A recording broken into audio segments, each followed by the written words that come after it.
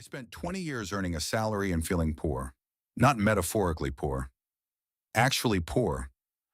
Looking at my bank account on a Tuesday and feeling the floor was about to give out, even though the deposit had just hit. The number on the check was real. I'd worked for it. So why didn't it feel like wealth? I figured it out the day I actually traced the money. Not the budget, not the categories, the dollars. Every single one of them. And what I found is what this episode is about. When you get paid, that money isn't just yours. It's already been claimed by three different versions of you. And until you can see them clearly, you can't begin to understand what's happening to your paycheck. The first version is your past self. Every debt payment, every credit card minimum, every loan installment, that's your past self, still billing you every month for decisions you made in a previous chapter. A different apartment, a different house, a different version of you. Your past self was generous with your future self's money, and now your present self is the one writing the checks. The second version is your present self. Rent, groceries, gas, utilities. The actual cost of being alive today. This is legitimate. This has to be funded. There's nothing wasteful about it. The third version is your future self.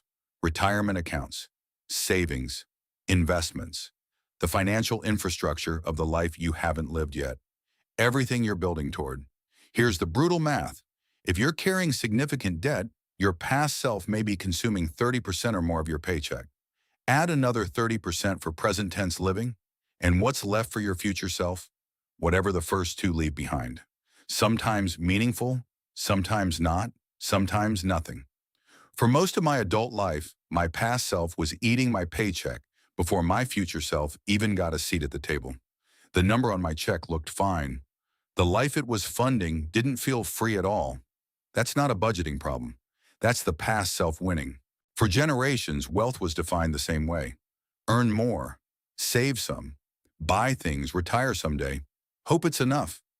That model made sense in a world where jobs were stable for decades, costs were predictable, and life followed a reasonably linear path. That world is gone. Careers shift every 3 to 5 years. Technology makes entire skill sets obsolete while creating new ones. Costs rise unpredictably. Retirement isn't a guaranteed destination anymore. It's a moving target that requires active construction. And the old earn, save, retire formula doesn't account for any of it. But the bigger problem with the old definition is this. It confuses income with wealth. They're not the same thing. And conflating them is what keeps people locked in jobs they're outgrowing, in lifestyles they didn't actually choose, in financial decisions that look reasonable on paper and feel suffocating in real life. You can earn a significant income and feel completely trapped. I know this from experience, and I've watched it happen to people earning far more than I ever have. The paycheck arrives, the past self takes its cut, the present self takes its cut, the future self gets the leftovers. And by the time the math is done, the wealthy-looking number on the check has produced a life that doesn't feel free at all. Wealth isn't the income. Wealth is what the income makes possible.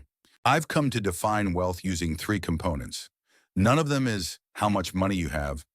All of them are shaped by how deliberately you've designed your financial life.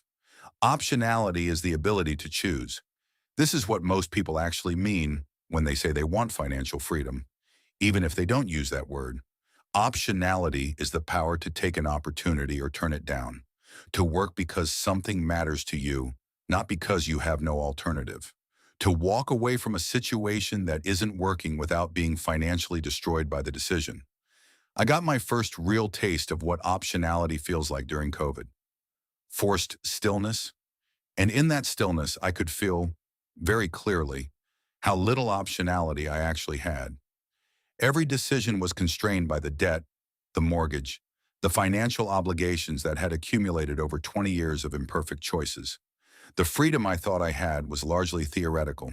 Security is the confidence that your future is protected, not certainty. Life doesn't offer that, but the kind of stability that lets you sleep at night. An emergency fund that means an unexpected expense is an inconvenience rather than a crisis. Debt levels that are declining instead of growing. A financial plan with enough margin that life's inevitable curveballs don't derail the whole thing. I know what the absence of security feels like in the body. It's the 2 a.m. math that never adds up. The mortgage that's more than the paycheck. The month where the minimum payments go on the card because there's no other way to make the numbers work. Security isn't about being wealthy. It's about removing the chronic low-grade financial anxiety that drains your energy and clouds your judgment every single day. Purpose is the meaning behind the money. Money without purpose is just a scorecard, a number that goes up and down and produces no particular satisfaction because it's not connected to anything that actually matters to you. For me, purpose shows up in giving first, 10% off the top, before the past self, the present self, or the future self gets a claim on it. Not because I have it to spare, because giving is the reminder that money is a tool in service of something larger than my own balance sheet. It keeps the relationship with money from becoming purely transactional. Purpose is also what separates a financial plan you can sustain from one you abandon. When the reason is big enough, the discipline required to execute it stops feeling like deprivation and starts feeling like direction. Optionality, security, purpose, those three. If you have all three, the number on your paycheck almost stops mattering. If you have none of them, no income will ever feel like enough. Here's the work. You can do it tonight. Pull up your last paycheck, the whole deposit after taxes, the number that actually hits your account. Now do three things. 1. Calculate what percentage went to your past self.